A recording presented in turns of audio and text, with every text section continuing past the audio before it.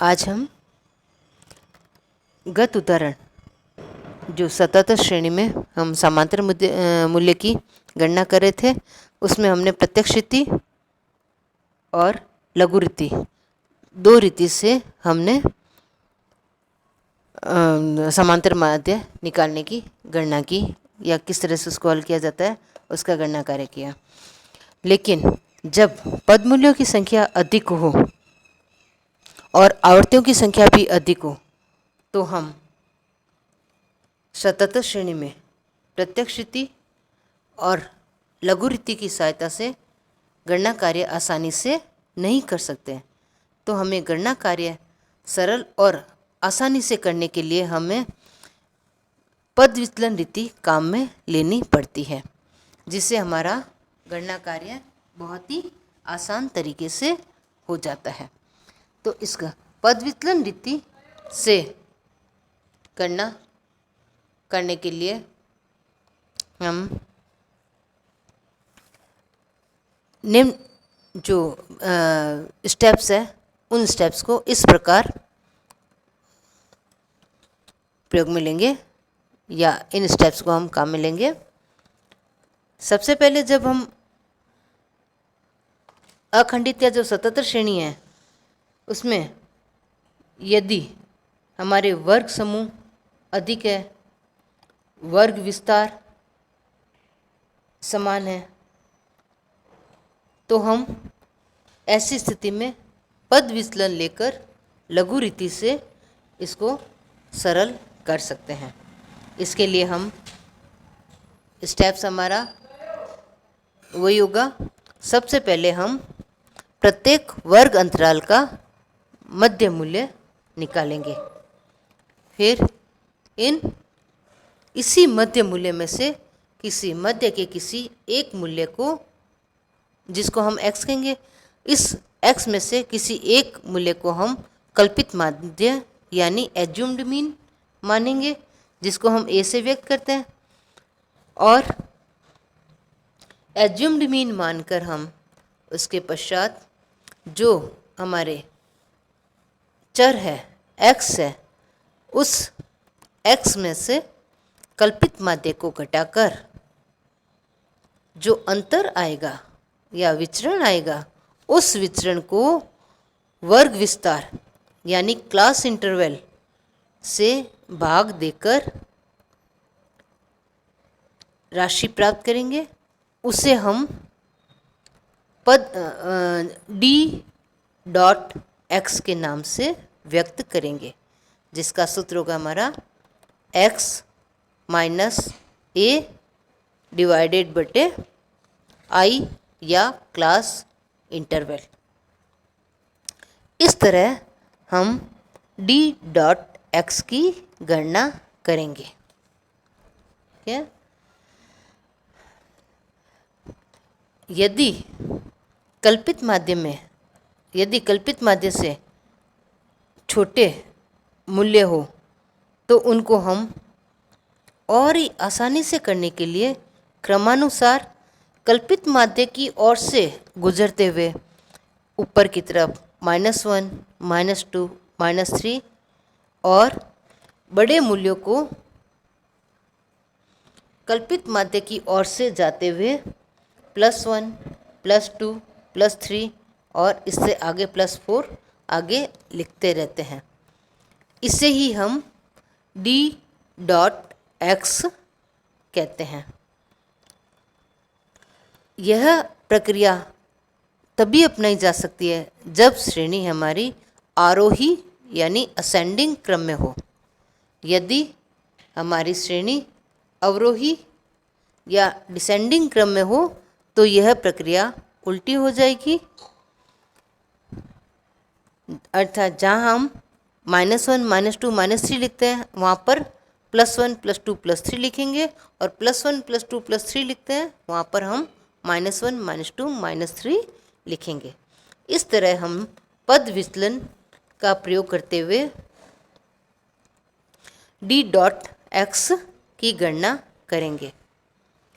उसके पश्चात अगला स्टेप हमारा होगा, जो पद विचलन हमने प्राप्त किया है उनको आवर्तियों से गुणा करके गुणनफल प्राप्त करना, जिसे हम एफ डी डॉट एक्स से व्यक्त करेंगे।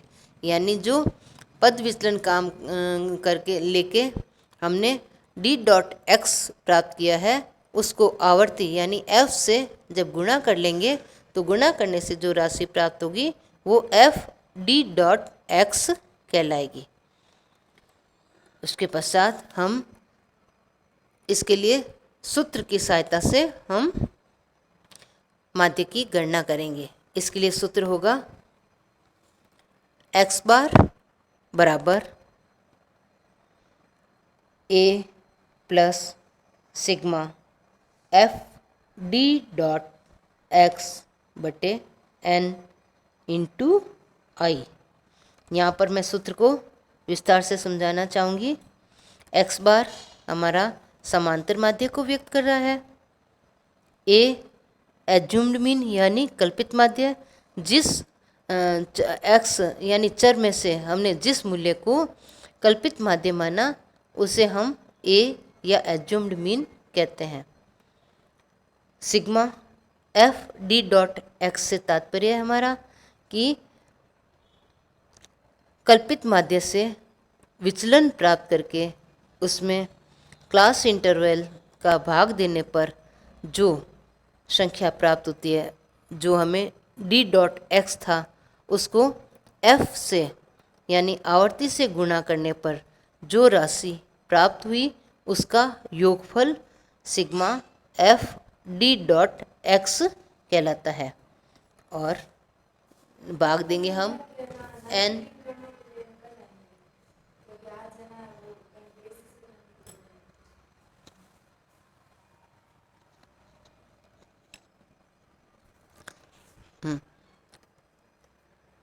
एन से तात्पर्य आवर्तियों का योग होगा। तो हम जो गत उदाहरण हमने हल किया था उसी को ही हम पद विचलन रीति से हल करेंगे। तो यहाँ पर हम पद विचलन रीति से हल करने पर हमने गणना कार्य किया था। वर्ग अंतराल हमारा 100 से लेकर 110, 120, 120 इस तरह से 170 से 180 तक हमारा ग्रुप इनकम है। उसका हमने मध्य मूल्य निकाल लिया था। 105, 115, 125, 135, 145, 155, 165 और 175 ये हमने मध्य मूल्य निकाला था। और इस मध्य मूल्य से हमने 135 को कल्पित माध्य माना था। तो मध्य मूल्य से हमने कल्पित माध्य से विचलन लेंगे। तो विचलन लेकर हम डी डॉट एक्स की गणना करेंगे। तो डी डॉट एक्स कैसे करेंगे? पहले वर्ग अंतराल का हमारा मध्य मूल्य है 105। इस 105 में से कल्पित माध्य 135 घटा देंगे तो ये आएगा हमारा -30। इस -30 का हमारा वर्ग विस्तार है हमारा 10 का। तो -30 में 10 का जब हम भाग देंगे तो ये संख्या हमें प्राप्त होगी -3। इसी तरह दूसरे वर्ग ग्रुप 110 से 120 का हमारा मध्य मूल्य है 115। इस 115 में से हम कल्पित माध्य 135 को जब हम लेस करेंगे तो हमें संख्या प्राप्त होगी -20। और इस -20 में हम वर्ग अंतराल 10 का भाग देंगे तो ये प्राप्त होगा एफ डी डॉट एक्स यानी -2। इसी तरह अगले ग्रुप जो हमारा 120 से 130 है, इसका मध्य मूल्य है 125। इस 125 में से कल्पित माध्य 135 को घटाने पर राशि प्राप्त होगी -10। इस -10 में हम वर्ग अंतराल 10 का भाग देंगे तो राशि प्राप्त होगी -1। इसी तरह अगले वर्ग अंतराल 130 से 140 का मध्य मूल्य है हमारा 135। तो इस 135 में से कल्पित माध्य 135 को जब घटाएंगे तो 0 प्राप्त होगा। और इस 0 में जब वर्ग अंतराल 10 का भाग देंगे तो राशि 0 ही प्राप्त होगी। इसी तरह अगला वर्ग ग्रुप है हमारा 140 से 150 जिसका मध्य मूल्य है हमारा 145। इस 145 में से कल्पित माध्य 135 को घटाने पर राशि प्राप्त होगी 10। इस 10 में हम क्लास इंटरवल 10 का भाग देंगे तो राशि प्राप्त होगी 1। इसी तरह दूसरा नेक्स्ट वर्ग ग्रुप हमारा 150 से 160 का मध्य मूल्य है 155। इस मध्य मूल्य में से हम कल्पित माध्य 135 को घटाएंगे तो राशि प्राप्त होगी 20 और इस 20 में वर्ग अंतराल 10 का भाग देंगे तो राशि तो प्राप्त होगी हमारा d.x 2। इसी तरह 160 से 170 का मध्य मूल्य है 165। इस 165 में से एज्यूम्ड मीन 135 घटाने पर राशि प्राप्त होगी हमारी 30 और इस 30 में हम वर्ग अंतराल 10 का भाग देने पर संख्या प्राप्त होगी 3। इस तरह अंतिम ग्रुप हमारा 170 से 180 है, उसका मध्य मूल्य है 175। इस 175 में से हम एज्यूम्ड मीन 135 को घटा देंगे तो राशि प्राप्त होगी हमें 40 और इस 40 में हम आई यानी क्लास इंटरवल 10 का भाग देने पर राशि प्राप्त होगी 4। इस तरह हमारी d.x प्राप्त होगी -3, -2, -1, 0, 1, 2, 3, 4। इस तरह से हमारा d.x प्राप्त होगा। इसको हम जब वर्ग अंतराल समान होते हैं तो इसको हम और ही आसानी से इसको लिख सकते हैं। जिस कल्पित माध्य को हम जिस राशि को हमने कल्पित माध्य माना है उसके आगे d.x वाले कॉलम में 0 लिख देंगे। ये जैसे हमने 130 से 140 ग्रुप अंतराल का मध्य मूल्य 135 को हमने कल्पित माध्य माना तो 135 के आगे हम लिख देंगे 0 और इससे ऊपर वाली संख्या को 0 से ऊपर चलते हुए -1, -2, -3, -4, -5 ऐसे आगे चलते रहेंगे।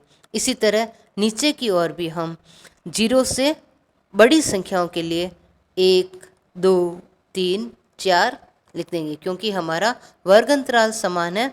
अतः हमें x में से a कल्पित माध्य घटाने के बाद में जब i का हम भाग लगाते हैं तो 1, 2, 3, 4, 5, 6, 7, 8 यही संख्या प्राप्त होती है। तो हम इतना गणना कार्य न करके सीधा हम इस तरह से भी लिख सकते हैं।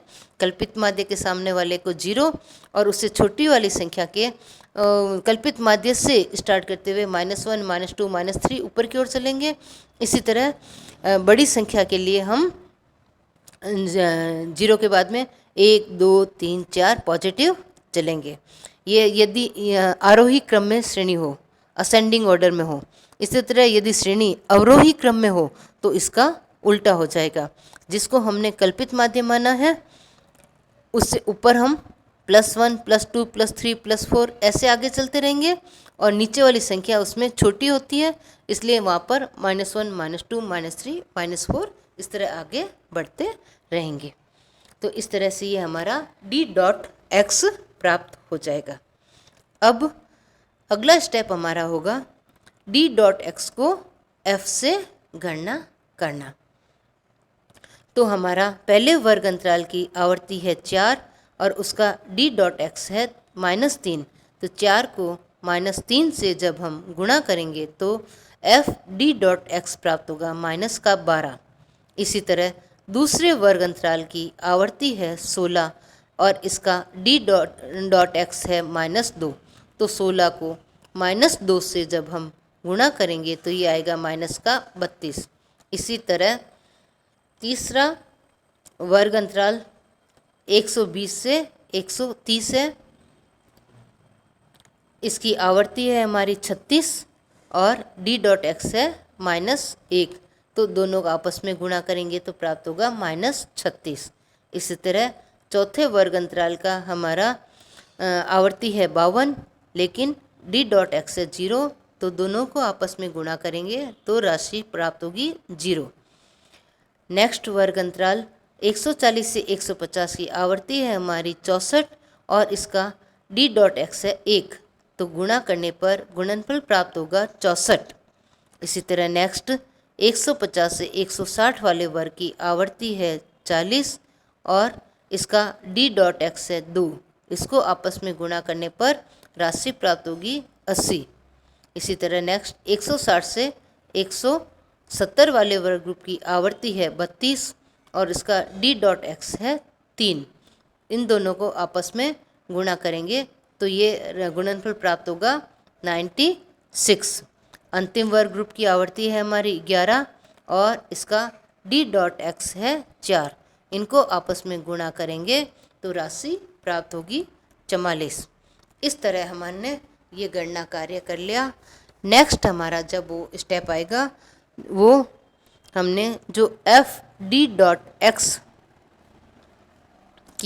का गुणनफल किया है उसका योग करेंगे। इसमें माइनस और प्लस के साइन को ध्यान में रखते हुए इसकी गणना करेंगे। तो माइनस माइनस का अलग योग कर लेंगे और प्लस प्लस का अलग योग कर लेते हैं और अलग योग करके जो संख्या अधिक है, प्लस की अधिक है, तो हमारा sigma f d dot x plus में आएगा और माइनस की अधिक है तो sigma f d dot x ऋणात्मक यानी नेगेटिव आएगा।